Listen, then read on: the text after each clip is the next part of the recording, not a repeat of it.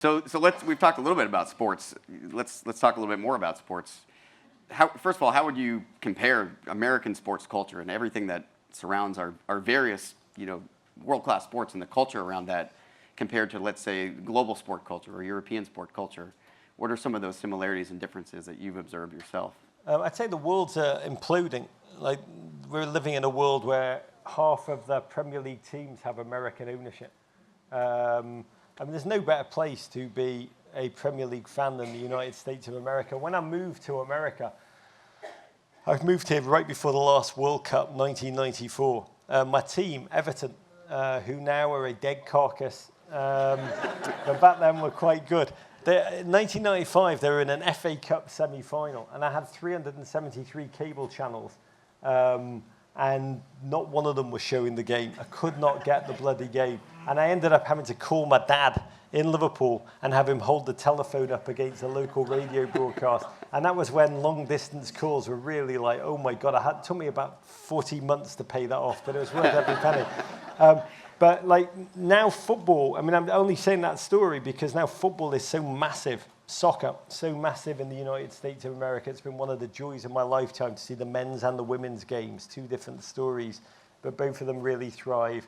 And so these American owners now own so much of the Premier League, they're actually melding fairly remarkably, and it's been pretty good for business. But I think the things that draw the American fan to football, European football, is a sense of authenticity, a sense of tradition, a sense of community, all of which, to be honest, it's one of the great tensions for the biggest football clubs, because by becoming global, they're actually undermining their locality. So that's a tension for every major club. Wrexham, one of the great stories. We work a lot with Wrexham.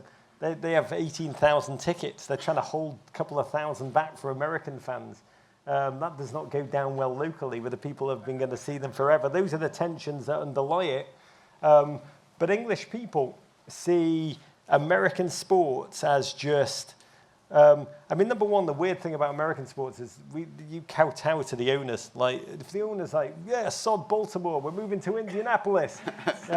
Americans are just like, cool, yeah, of course, it's his team, he can do whatever he wants. Like, Stan Kroenke can just pick up, his team, move it wherever the hell he wants, like it's a chess piece. So English people are like, that's slightly weird, because there's been one team that's done that in England, and they are forever marked with the scarlet letter for all English fans, and like, that's one thing that is like very different. That you always like the owner, of course, it's their fiefdom, but we do look at American sports with just a sense of wonder. There's an ebullience.